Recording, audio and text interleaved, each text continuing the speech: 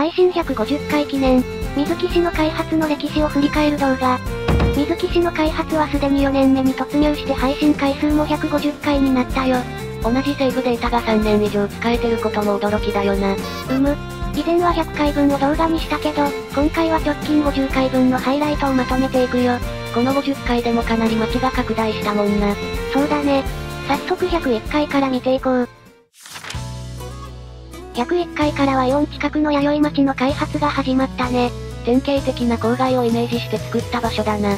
弥生町では大名通りという水木城の内堀を通る通りと、弥生通りという観光町街を通る通りが合流するよ。町名の由来は弥生時代の遺跡があったからだとか。バイパスの内側は閑静な住宅街で、弥生町幼稚園や弥生町小学校をはじめ古い町並みが広がるよ。もともとは神社が大きな敷地を持っていたけど、氏子に土地を譲って発展していった町並みだな。そうだね。あとは水木湾岸道のインターが近くなるから流通や工場関係の土地も増えていくよ。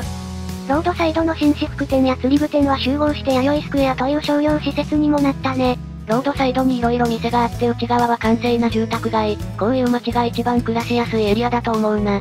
これより田舎すぎても都会すぎても大変だからね。今思いっきり信号無視が見えたが、最近だとツイッターで晒されるやつだね。そこまでが様式美。第104回から108回にかけては、豊田の車両基地を製作したよ。豊田長沼車庫というやつだな。そうそう。研修センターまである豊田最大の拠点だね。配信自体もここ最近で一番盛り上がった回だったな。本職の人が配線図まで書いてくれたからね。電車に詳しくない市長でも安心して開発を進められたぜ。さすがにボリュームが大きくてメンバーシップ限定配信でも結構作業したね。このゲームは地味な作業こそ重要だったりするからな。そうそう。ただ本編でやると飽きる人も出てくるから、地味な裏作業はメンバーシップ限定で配信してるよ。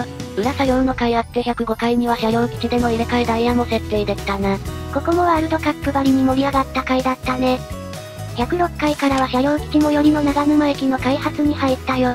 阪野産金製の駅舎アセットが登場した回だな。そうそう。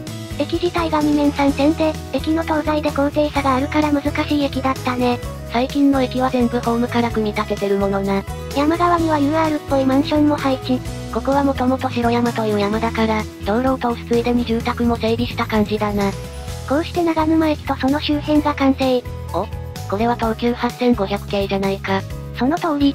豊田は東急資本がかなり入ってる地方私鉄という設定だからね。ああ、だから水木駅前に東急スクエアがあるのか。ちなみに長沼方面から来た電車は、隣の北の丸駅で水木港方面から来た電車と接続するよ。分岐点は長沼駅じゃなくてその一つ隣だものな。時間帯によっては長沼駅始発の電車もあるから、運が良ければガラガラの電車に乗れるね。運が悪いと画面左端みたいな電車に乗る羽目になるんだな。その通り。第109回と110回は、弥生町の南側にある倉庫街の開発だったね。町工場や流通センターがあるちょっと寂れた感じの場所だな。昔ながらの商店街もあるにはあるけど、隣にイオンがあるからだいぶ体力的に厳しい。そうやって潰れた土地は再開発で狭小建売りに変わっていくんだよな。その通り。全国的に見られる光景だね。何はともあれ、これで弥生町一帯の開発は一旦区切りがついたわけだ。そうだね。次からは水木駅南側の開発に入っていくよ。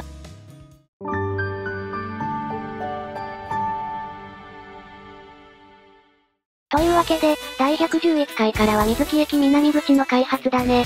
北口は2年近く前に作られたのにだいぶ放置されてたよな。その分最新のモッドで細かく作り込めるわけだね。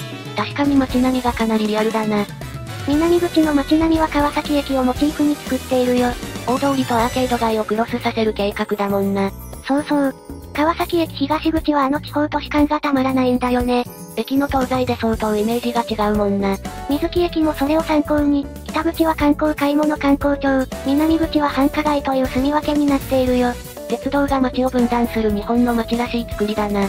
そんな感じで、まずは駅前部分のロータリーや地下駐車場を仕上げてくよ。水木市おなじみの地下駐車場もかなり磨きがかかってきたよな。また歩行者が危険な場所を歩いてる。自分のことを車だと思ってるに違いない。車がここを横断したら大惨事なんだよな。第114回から117回は駅前の大通り、通称公園通りを開発していったよ。JPCR の登場で一気に大通りが作りやすくなったやつだな。タイル張りの歩道が簡単に作れるようになったからね。点字ブロックも地味にありがたいやつ。第116回では水木市長金星のヨドバシ水木も登場。これはだいぶインパクトを感じた視聴者も多かったんじゃないか？これが駅前にあることでかなりオリジナリティを感じられるようになったね。自らアセットを作ることで今までにない街並みを生み出すスタイル。半野さんのアセットもそうだけど、この配信はお披露目会みたいな側面があるからね。わかるわ。そして117回で公園通りの開発は完了。ちなみに公園通りと呼ぶからには何か公園があるんだよな。その通り。通りの奥には大正記念公園という大きな公園がある設定だよ。道路の下にはコーナスという地下街もあるから雨の日はそこで食事や買い物を楽しもう。多分数年前のアゼリアみたいな味わい深い地下街が広がってるんだろうな。地下街オープン時から存続してるナポリタンが名物の喫茶店もあるね。昼から飲めるビアホールに客を取られてるけど頑張ってほしい。なんかよくわかんないけど詰まってるね。隣の車線が空いてる時はとりあえず前に詰めるやつな。交差点のど真ん中で道に迷う休日のミニバンも完全再現。日常のあらゆる出来事をシミュレーション、そう、していずならね。やめよう無謀横断。公園通りが落ち着いたところで、第118回からは繁華街の開発に着手。駅南口からは徒歩で仲見世通りという繁華街へ行けるよ。通りの名前までまんま川崎だな。ここは上岡県有数の歓楽街で、飲み屋や遊び場がたくさんあるね。南天町商店街と合わせて戦後の闇市から発展した感じだな。クリーンな場所と治安悪い場所が隣り合わせの地区だね。第120回ではちょっと訳ありのマンションなんかも作ってみたしね。家賃と別に謎の手数料をたくさん取られそうだな。その代わり、暴漢に襲われそうになってもそこの住民というだけで暴漢が立ち去るサービスもある。ほとんど龍が如くの世界なんだぜ。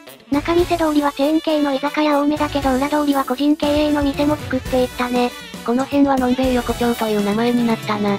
第123回からは、仲見世通りの先にある随泉寺の制作に入ったよ。昔はこういう大きな寺の近くに花街と呼ばれる繁華街があったんだよな。今までのわい雑さが嘘のように、伝統的で美しい寺院に仕上げていくよ。外国人観光客にも受けが良さそうなスポットだな。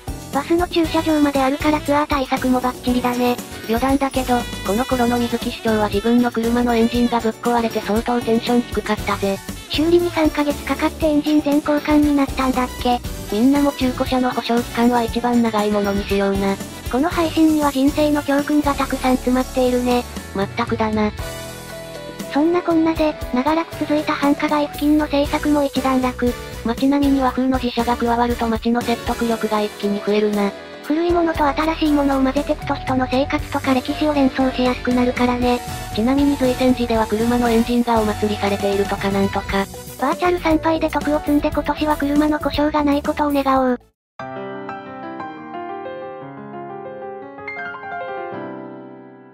第128回からは水木インターチェンジの大改修作業が始まったよ。だいぶ昔に作られた高速道路を JPHY で作り変えていく作業だな。そうそう。インターを作り変えるにあたって近くの交差点から整備していったね。立体交差と側道が絡む大規模な交差点だよな。さらに129回では半野さんと共同制作した JPHY シリーズの料金所もお披露目したね。今まで古い料金所はセットしかなかったからこれはありがたかったよな。水木インターももともと小規模な作業で済ますつもりだったけど、料金所まで作って結局全線回収しちゃったんだよね。この頃裏では新 DLC の作業があったのによくアセット出せてたなと思うわ。モデリングの気分転換にモデリングするみたいな世界だったね。DLC の制作はやってても郊外現金だからすぐ作ってすぐ出せるものを作りたくなるんだよな。みんなもレイルローズオブジャパンを買って水木市長を応援しよう。売上の一部はアセット制作の取材費に使われます。そんなこんなで、ここまでで2022年の配信が終了。この辺りが、こうなった。前のインターも情緒があったけど、こっちはかなり都市化が進んだ感じがするな。そうだね。立体交差の多い水木市であえて平面交差点を採用したのも興味深い。視聴者投票で立体にするか投票したけど、僅差で平面の方が多かったんだよな。そして第135回からは、水木駅南口にタワーマンションの開発計画が浮上。もともと貨物駅だった跡地を再開発したという設定の場所だな。線路を剥がしてマンションを建てるのは鉄道会社の特権だからね。電車より人間を置く方が儲かるからな。敷地内にはスーパーをはじめ色々な商業施設を作っていくよ。ボートで有名な3つ、不動産がタワマンと一体的に運営している設定なんだよな。そうそう、タワマンの魅力はなんといっても共同部分に街があることだからね。今回アウトレット型の3階建ての商業施設を作ったけど、なかなかユニークな形に仕上がったんじゃないか？保育園からスーパー、塩の専門店まであるからね。あらゆるライフステージに対応した次世代型駅前市街地、パークタワー水木駅南、好評分譲中。タワマンがあれば戸建てもあるだろう。ということで第142階からは駅近くに住宅街も作っていったよ。昔から土地持ってた人が勝ち組になるタイプの駅前住宅街だな。通り沿いには NHK の水木放送局も建ったよ。阪野さんの建物アセットもこの1年でかなり充実してきたよな。わかる。丸水も NHK も日産も、どれも重宝するタイプの建物ばかりだしね。大きな庭のある家だな。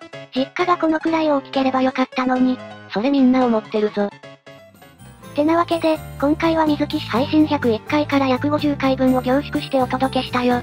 147回からの城南高校は150回現在でもまだ続いてるから次回のまとめだな。およそ50回で1年分だから、そう考えるとこの1年で結構な量開発が進んだね。CSL2 が出ても水木市は1のまま続けると思うので引き続き楽しみに見守ってくれよな。日本のどこかに存在する架空都市、その名を水木市。都市開発ゲームシティーズスカイラインの可能性を最大限に引き出し、今日も街が成長しています。魅力あふれる街づくり配信は、毎週土曜日の夜9時から開催。市長の神野木隆一が視聴者の皆様に助けられる配信だな。そうとも言う。これからも色々な街並みを作っていくので、楽しみに見ていってね。それではこの動画はこの辺でお開きにしましょう。ご視聴、ありがとうございました。